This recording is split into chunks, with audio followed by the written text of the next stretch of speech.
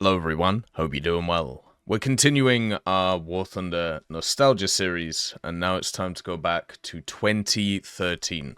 11 years ago, nearly, since I believe this was in August of that year. It is Gamescom for War Thunder. Now, Gamescom is a kind of show, a gaming and technology show that they do every year in Europe, and Gaijin used to go to it with War Thunder. They stopped quite a long time ago now, at least maybe 4 or 5 years, and the reason is because they kind of outgrew it. There wasn't really a big point in them continuing to go there because they felt like their promotional stuff had already, worked, and they had a pretty good kind of player base to sit from. But back in the day, when they were early years of the game, especially in 2013, 2014, 2015, they used to go to a bunch of events and kind of go through all of the different rigmaroles of doing it. So there's a bunch of these types of videos. This one is actually on the official War Thunder page, and it only has 30,000 views, which compared to nowadays for War Thunder is obviously nothing, and I'll leave a link in the description if you want to see the whole thing. But there's a ton of really interesting tidbits in this, including cinematics, interviews, and little things all packaged into about 10 minutes. So we're going to go through it all and find some hidden kind of nuggets of War Thunder lore, which is always fun. Oh, the good old cinematics.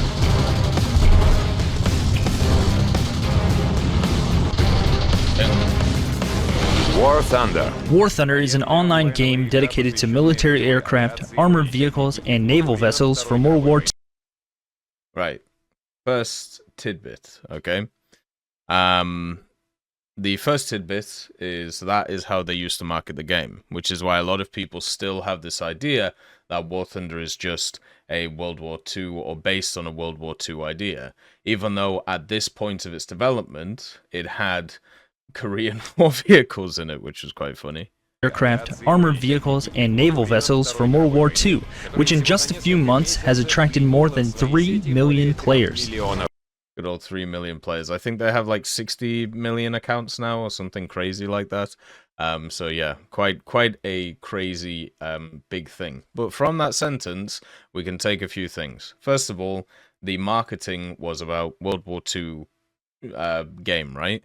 Then also, not just a playing game, which is what it was at the time in 2013, you also have the fact that they were expanding to ground and expanding to naval. This is something that we saw with the Anton Yudintsev interviews previously, which were done around the same time as this one.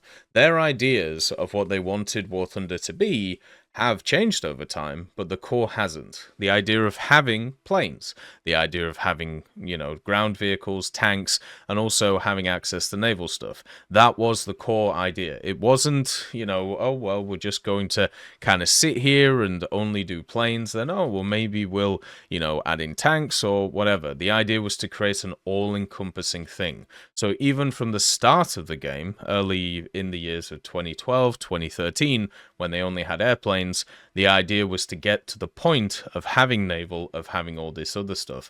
Also, the narrator. Now, this narrator you will not have heard for a long time.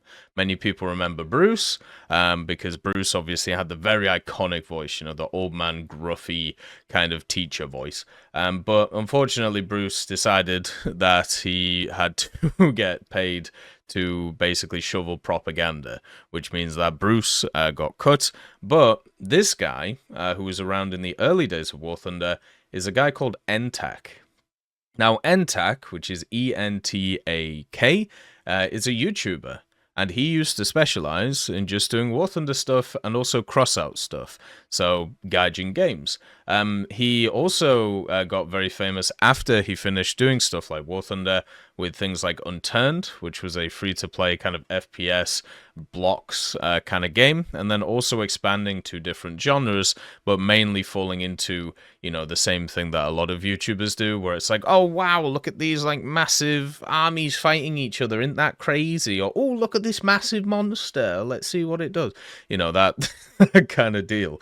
But yeah, he used to narrate a lot of the stuff for War Thunder. I don't think he ever got paid for it, but it was a way of kind of cross-promotion between his channel on YouTube and also, you know, the actual videos themselves. He stopped doing it back in the day, according to him, because he got sick of dealing with the community. Where he just got tired of dealing with crazy people, which might be true. It also might be true that he started doing certain different series on YouTube and got incredibly popular off of them, such as Unturned.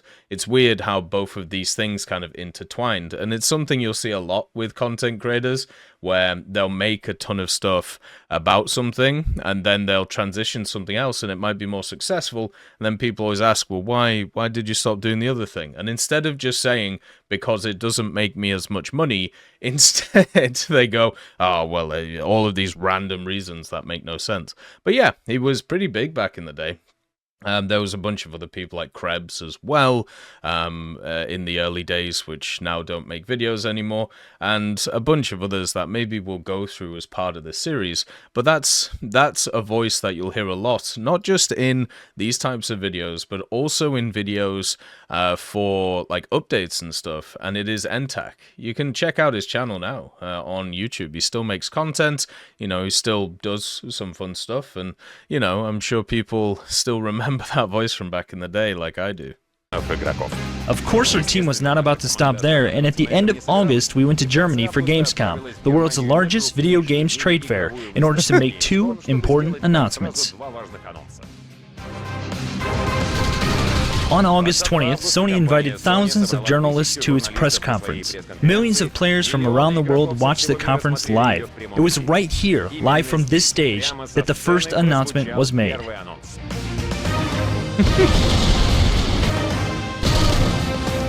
The Sony press conference is about to begin now, in which Sony will discuss their plans for the PlayStation 4 launch.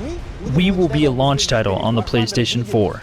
War Thunder will be released the same day as PlayStation 4, and all players will be able to play it. They are about to make an announcement about this from the podium. So, that there is crazy, right? And this is another part of War Thunder lore which is kind of forgotten about. First of all, Anton again. You'll see Kirill in this video, so you realize they're not the same person. Yeah, War Thunder was a launch title for the PlayStation 4. And you remember good old Fortnite, right? You remember Fortnite, how they talked about how they were the first cross-platform game to actually play or to actually exist, right? That isn't true. War Thunder was out way before it, doing this cross-platform play, not just on PlayStation, but also on Xbox. And yeah, the Sony guys were like, hey, can you make a product for us which will fit the launch? And the Gaijin guys were like, yeah, probably. And so they gave it a go. And it's just kind of nuts that they were part of that. You know, so the console stuff has been in War Thunder and also Gaijin since pretty much the beginning. They didn't just want to create PC stuff. Now, unfortunately, fortunately, it means that it's open to a larger player base, but unfortunately, you'll have like the market stuff and everything like that with it. But I feel like if the question is, would you rather have it or not have it in terms of it actually existing on the platforms, I think you would go for the have it, right? But the fact is, like, these things have always been intertwined, which is why whenever people have brought up the idea of, oh, well, you know, consoles are an afterthought or all of these different things, it really isn't the case. They were just molded into the same thing that the PC version was. The main issue that Gaijin has when dealing with stuff like the console ports is straight up the fact that they have to deal with a third-party company to be able to run everything with it. It's the same reason why, you know, Anton Yudintsev in the past has talked about how he doesn't really like Steam.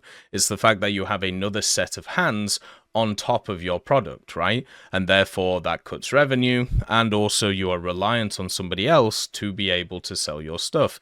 And that usually leads to issues, at least for specific people. And another launch title coming from our third-party partners is a PS4 console exclusive from Gaijin, War Thunder. War Thunder is a free-to-play, next-gen combat game dedicated to major World War II battles. It includes aerial, ground, and naval multiplayer combat in the gaming experience. The version for One of the crazy things about War Thunder is the fact that it really never gets any recognition for how long it's lasted and also how big of a player base it actually has nowadays. And I don't know whether that's like a journalist thing or whether that's like another setup, but when you think about it, right, the fact is that whenever I see award shows which are like best ongoing game or best, MMO or whatever, War Thunder is never mentioned. And a lot of the ones which are mentioned, like I remember Cyberpunk has been obviously in the news the last few years, Apex Legends and stuff like that. But War Thunder has outlasted all of them in terms of popularity and also in just terms of length. But it just never gets any recognition for what it does. It's always in the top 10 to top 20 games on Steam. It always is, the one which is been there for many, many years, but it never gets any recognition. And back in these days, it got a little bit of recognition, but still not the amount that at least I believe it deserves. For the PlayStation 4 will not only be available from day one, it will provide the opportunity to play with players on different platforms, and it will also use the PlayStation Eye camera to track the player's head movement. How cool is that? And this is another thing that they talk about a bit later on, but the fact is that they've always been in like VR, they've always been in these kind of areas. And it also means that these kind of features, this cross-platform idea, was always there, right? Now, as I said, Fortnite, for some reason, was seen as the first big cross-platform game that existed. Now, the time when that actually happened, right, when it was announced that it was going to go through, it was 2018. It was 2018. So 5 years after this. Isn't that crazy? But for some reason, the plaudits went to games like that when Gaijin were literally doing this years before. And that is something that you'll see a lot with Gaijin, which is why I think this series is super important, to kind of just see where they were at compared to many other companies which supposedly were trailblazers. Gaijin were doing a lot of this stuff way before, which is why the game is still in a very good state now. And it also shows the people who are making the decisions back then, who are basically the same people who are making the decisions now, are forerunners, are frontrunners. They understand what's going on. And why it's always been crazy to me, this belief that, people, they just don't know what they're doing, all that general stuff. When you compare this to others, way ahead of the scale. Way ahead. The PS4 version will also be free to play and will not require a PlayStation Plus membership. That was another thing as well that they were Trailblazer on, which now is open to all free-to-play games, where before, on Xbox, you needed a gold membership to play a bunch of multiplayer games, and on PlayStation, you needed like their paid subscription service to play multiplayer games. Gaijin said no. Like, nope. Anybody, it's free to play, everybody gets access to it. That change didn't come in for other free to plays until, I don't know, maybe 5 years later, but Gaijin were able to do it. Crazy. The second important announcement was made behind closed doors at the War Thunder booth in the business zone of the exhibition hall and came as a real surprise for journalists who had come to see the game. The press conference was a success. So now we have the other Yudintsev. So you have Anton, who is the CEO, then you have Kirill Yudintsev, who at least back then was the creative director. I don't know if he still is. One of the funny things, by the way, about this video is you can tell them apart because one of them wears glasses. That's literally it. They look exactly the same, which is why you got to make sure you see them in the room at the same time, because you never know which one's going to turn up. The other thing that's hilarious about this Gamescom 2013 is it's very much a blast from the past. They have booth babes, which is something that I feel like would be frowned upon nowadays. They also have just like a ridiculous amount of like gaming setups and also other things. It's crazy to see. We generated enormous interest among journalists and gamers. As a result, for 3 whole days, we received no rest from reporters who attacked us in our little booth. They also just have shirts on which just says "Get High." Like, you know, they're down with at least some memes. We have a special room, dark really and cringy soundproofed, shirts, in which we showed the press our planes, our PlayStation 4 version, and our tanks. At the end of the 3rd day, people were jammed in there. Not just more people than we had seats for, they were packed like sardines to get a peek. It seemed as though they all liked everything. At least that was the impression we got. Of course, at the end of the day, we were all tired and it was difficult to take in, but everyone left with the words, "Wow," "excited," and so on, so apparently they all liked it. We also showed off the Oculus Rift here, and for those whom the tanks from the PlayStation 4 version did not blow away, the Oculus Rift was guaranteed to impress. So once again, another piece of technology they'd worked on for an incredibly long time, and one of the forerunners is VR. You know, this was one of the earliest parts of the Oculus Rift, which is really cool. One of the things I do actually want to point out, which was pointed out by Senpai the other day while we were looking at this on stream, one of the things that is crazy is how dark the game used to be. Like, they really changed the lighting engine. They really changed a lot of stuff like that. So it's a lot brighter. It's a lot nicer to look at. Back then, it was very muddy. It was very brown and green. And yeah, there was a lot missing from it, which, you know, shouldn't be too surprising because of the fact that, you know, a lot of games back then looked like that. But it's a big contrast compared to what we see today. Once you put it on someone, they left reality for 15 to 20 minutes. The guys from Oculus Rift even brought us the HD version of the device, only 30 prototypes of which exist, so that we can show our game on it because it is much cooler. And it really is much more cool. I had been playing for 40 minutes straight when they took the Oculus Rift away from me. The Oculus Rift makes such an unforgettable impression that even playing just a normal battle, I found it awesome. So we are looking forward to... Thank you, Kirill, for the PR speak.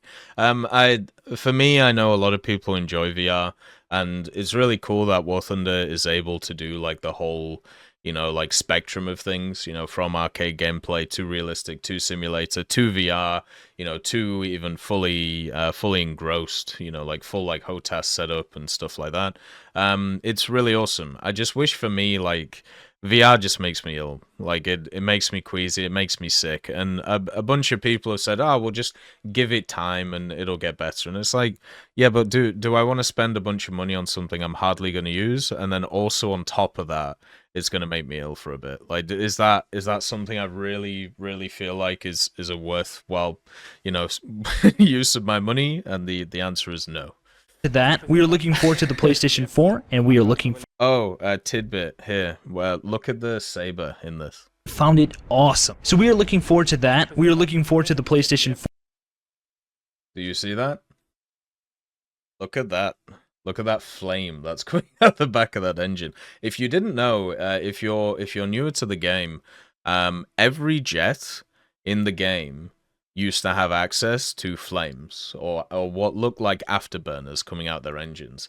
They came in red, they came in blue, depending on the plane, and then I think they all changed to red at the end of the day. I can't remember when they made the change, where they removed the the afterburner effect from jets, because obviously there's a lot of jets which don't have afterburners, such as this Saber here. This Saber was basically in the game, by the way, by the launch of War Thunder. Same with that MiG-15 there, with the North Korean camo. So North Korea has actually been in the game for as long as War Thunder has existed. Weird to think about, right? But yeah, look at that blue flame. Crazy, isn't it? I just can't remember when they changed that. It was probably 2015, 2016. But I do remember, you know, MiG-15s versus Sabres, where everybody just had these flames out of them. And yeah, it was just really weird to look at. So I don't know why they did that either. I don't know if they were not happy with like their exhaust fumes or what was going on, but it just seemed like a weird choice. 4, and we are looking forward to tanks. Pavel. After the place. So this guy, Pavel, is the guy who got fired for basically striking a YouTuber's channel, which was a guy called Alkanafter, which also he got actually arrested later on in life for promoting or for basically being on the side of the invasion of Ukraine. So that's a whole story in itself, and maybe we'll cover that one day. Maybe we'll have a look, because I tell you what, it's a fantastic setup there with just some very crazy things going on. But yeah, if you want me to cover that, you know, just let me know, because it's just crazy. PlayStation 4 version presentation, we showed the first gameplay clip of our tanks. We just recorded the session in the office and showed it to the press. The game looks totally awesome. The tanks look totally awesome. Specifically, the graphics, how the game plays, how the tanks feel out there, their suspension and shifting gears. And the planes are instantly flying here. That is, people saw how a plane attacks a tank, and how after a player dies in a tank, he just switches over to a plane and remains on the same map without any additional loading and begins to fly over the same tanks with whom he was just fighting. The primary feature is that tanks and planes are in the same session with completely, totally different missions, but still interact with each other. For example, the plane sees air superiority over some factory, and after that, the tanks go out and decisively finish it off because planes cannot capture ground-based objectives, but tanks can. All of this together is very cool. Since the very beginning, we have received questions regarding how planes and tanks will interact, because planes easily destroy tanks, but fighters have 20mm cannons which are not powerful enough to pierce tank armor. Lol. Well, that changed, didn't it? Now a lot of 20mm are very good at destroying tanks, thanks to the Damar formula and also thanks to a bunch of other changes. But yeah, so that was what the game was supposed to be. We saw with the Anton interview the other week where they wanted to really mix this idea of like realism with this idea of, you know, the actual gameplay. And so the idea was you would take objectives, and you know the way that they saw it was people would play it realistically. So you have like recon aircraft that come in and, you know, they survey the area, and then you have a bunch of other aircraft that look and see what's going on, and they tell the tankers where to go, and you know, then the tankers will move in, but oh, the planes are coming in, so you got to defend against them, and then all of this stuff, right? Like the way that they picture it is a lot of the ways that people actually talk about, like from that historical point of view, where there is like a certain amount of the community that still hangs on these words with the idea of how they want battles to be realistic, because that's how it was promoted back then. It was the idea of, okay, so you here are going to create this wonderful battle that's around. But the problem was that was never the case. It was never going to happen like that because it's a video game. And now what we see today is the evolution of that idea, where you still have tanks, and you still have tanks fighting over objectives on specific areas of the map. You have planes kind of supporting them, but instead of it being like more of a recon thing, it's more of a CAS element that's around the place. So the core idea is still there from the early days. It's just lost that kind of that miasma, which used to be the idea of realism, right? Like there's still an element of it there, but nothing compared to the way that they thought about it previously. And that's something that has adapted over time. And if you are a bomber, then your primary goal is to kill ground vehicles. Practically all bombs require a direct hit on the tank, but our maps are specifically crafted to prevent that. They are full of hills rather than being just an open field, so tanks have places to hide. A direct hit on a tank is really hard to achieve, so it is a really interesting challenge for a plane to hit a tank, and for a tank to avoid the bombing. You can definitely tell this is an old video. Whew. But even back then, that wasn't the case. It was still quite easy to hit tanks. The basic thing, the basic idea that they saw back in the day was this idea that every vehicle had its own role in the game, and people would follow that role. The other thing that you may have seen on those maps as well is they incorporated a lot of AI, and this is something they used to do a lot on many of the battlefields. There would just be AI running around, or there'd be a bunch of AAs running around, and it was kind of, you were part of the action, and there was a lot else going on, and you would take an active role. But yeah, they got rid of pretty much all the AI elements nowadays. On Kursk, there used to be like a full AI tank battle going on. There used to also be SBAA, which was just sat around the place. They would do it on a bunch of different maps too. But yeah, they kind of removed that stuff. And I think the reason for it was because they never really got the AI down in War Thunder, because of the fact that you can just get one shot. And that makes it very tough to play. Because you could just be wandering around, you know, fighting other players, and then, oh, looks like you're dead, and you just die from a random vehicle that is just an AI from the other side of the battlefield. And that used to happen so much in the game, which just sucked. So yeah, you can see how that idea has also changed. And also, you know, it's very hard to kill ground vehicles. Well, turns out players figured out how to do it pretty effectively. And also, at the same time, you have the, oh, well, not flat maps, hilly terrain, yada yada. Yeah, that's also an interesting idea too. Пока в бизнес-зоне без While we conducted the closed presentations non-stop in the business zone, at the spacious War Thunder booth in one of the largest halls of Gamescom, numerous visitors to the booth were engaged in life or death fights. This is actually pretty cool. We are here at our big booth where anyone can play War Thunder. Here we have 30 computers and 6 PlayStation 4s on which you can also play. One of the things also that it might be worth rewatching this for is there is a ton of different shirts, which I don't know why they don't sell on like their merchandise stuff. They could do like a vintage, hey, here's like the Gamescom 2013 shirt, or here's the Gamescom 2014 shirt. Kind of do a throwback, right? You could even sell it just for like you know, a month or something, and then just, you know, put it out of print again until the next year, and then you just bring it back for Gamescom itself.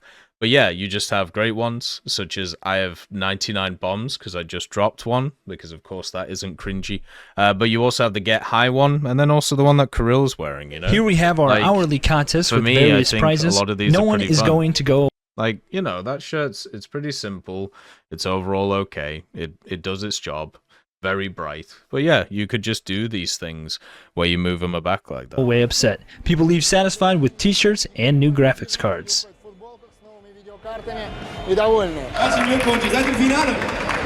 They also gave away a bunch of graphics cards, which which is pretty cool. All week, all arriving visitors could try out War Thunder for PC or PlayStation 4 and participate in numerous championships with valuable prizes. The grand finale of the exhibition at the booth was a battle with the developers themselves. Well, Gamescom wrapped up leaving some good news. Good news for all War Thunder fans, our game won the award for Best Simulation at Gamescom 2013, Pretty for cool. which I congratulate all of you, our players, and us, the developers. Hooray! И нас, разработчиков. Ура! Ora! But yeah, that's good old Kirill. There you go. There's the shot. There, that's the money shot right there. But yeah, so they won Best Simulation at the event, which was kind of cool. It kind of sucks that they stopped doing these events, because they were really interesting. I think Fly actually went to one at some point and did like a little interview. They used to also use it as a point to like do a bunch of like news. Like for example, this one here was for ground forces, right? And kind of showing it. They also did one for the Starter Naval where they showed a bunch of like coastal stuff, and then one for helicopters, and then also the new era, which was the KPZ-70, the MBT-70, and the T-64. The time where they added ERA, the explosive reactive armor, But also on top of it, the big thing that they did during this time, which was really cool, was they kind of broke the glass or moved the Overton window, or whatever you want to call it, of what they could add to the game. They said, okay, we can go further into the future than we want to. And there was a lot of, oh, is this a good idea? Is it not? Now look at it. It's crazy how much people have enjoyed it. You can also see some like really interesting little pieces of history. You know, the Gamescom shirts on the left, the Witcher Wild Hunt shirts on the right, and yeah, there's just so much vintage stuff here. And also the old cinematics. Gamescom 2013 was extremely positive for the War Thunder team. This exhibition became one of the most important events in the history of our company, and we will continue to participate in many more major events. But there is still a lot of work to do before the original concept of the game will be fully brought to life. So watch for new surprises and follow our news.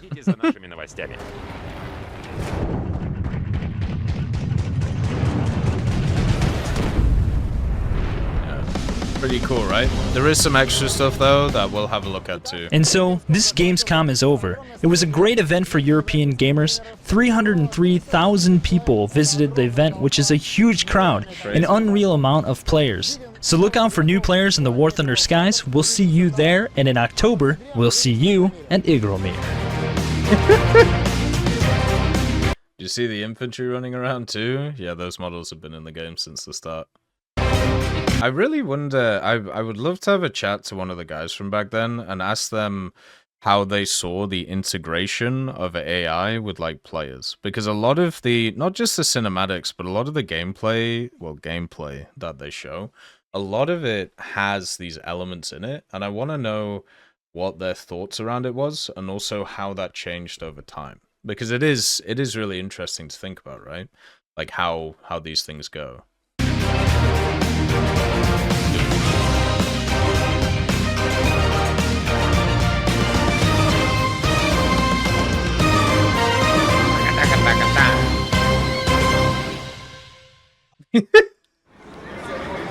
These are like the blue positions. Сейчас будет пресс-конференция Sony. Некоторые Sony. So there you go. They're in the same place at the same time. Okay?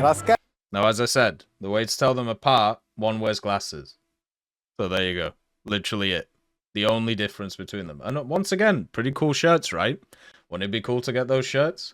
Hey, look, vintage Gamescom 2013. Pick up these shirts for ridiculous amounts of money for this month. Here, we'll even have like 50 signed by a dev. Мега новость. He's loving it, isn't he? He's loving the devil horns, isn't he? Rocker, let's go. Wait.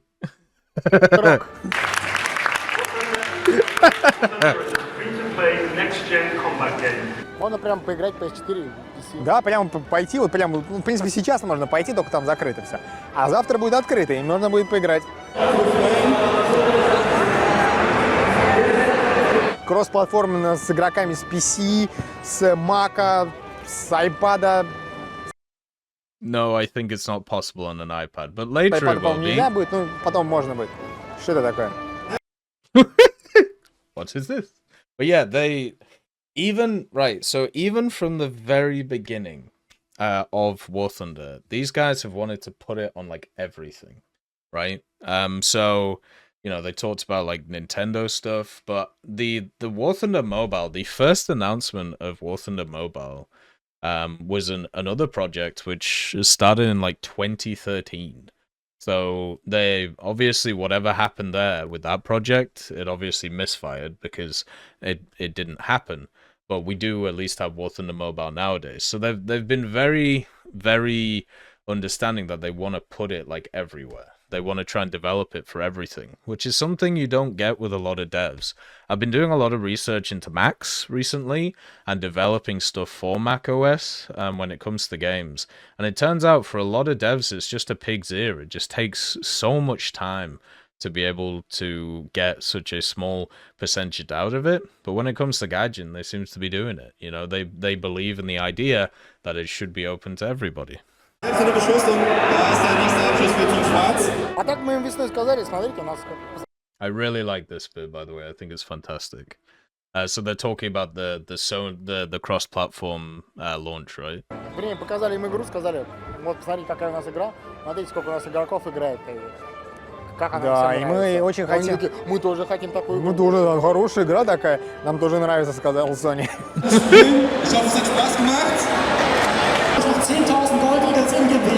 Oh, look at, by the way, whoever this played that funky music, White Boy is, right, I hope you're still around. Look at this jig that this dude does. Он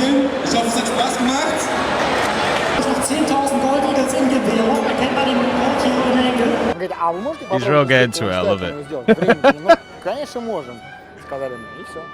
Ну, мы, конечно, не были уверены Но тогда. сказали, Но сказали, конечно, можем. Оказалось, можем.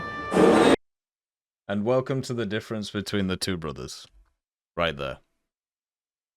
One of them was like, yeah, we can do it. Он считает, он ее сделал. Right? Времени-то немного. Which is why he's the Конечно, creative можем, director. Of course we can, we said. And then the other one was like, сказали мы, и все. Ну, мы I mean, maybe, and that's the difference between a creative director and a CEO, right there. мы, конечно, не были уверены Но тогда. сказали, Но конечно. сказали, конечно, можем. Yeah, and we weren't sure, but yeah, it turned out it worked. So all good, all good. Оказалось, можем.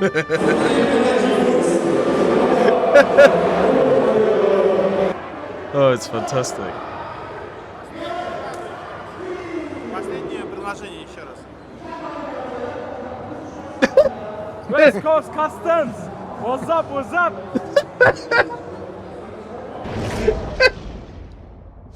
So there you go. That is War Thunder Gamescom 2013. And yeah, unfortunately, we're probably not going to get many more of these things in the future when it comes to War Thunder, because there's not really a use of them. You know, War Thunder already has a player base. Everything's become more online. E3 doesn't even exist anymore. And yeah, it kind of sucks. But at the same time, it's good to look back on these things and see where War Thunder was 10, 20 years ago. And also just to see some of the characters that are around at the time. Hope you've enjoyed this trip down memory lane as much as I have. And as always, look after yourself. Peace be with you. I'll see you next time. I'd just like to thank Tullio Pontecorvo, Brendan Quinn, Carrion Crow, Gus Irenicus, Pieman, Wartinder, Teddy, Daniel Stanton, Martinez, B. Young, Alan Hacker, Ozzy Panzer, Liam Shear, Opium Prime, Lafouche, Cam Arslan, Uncle Bean, and Derek R. for supporting the channel.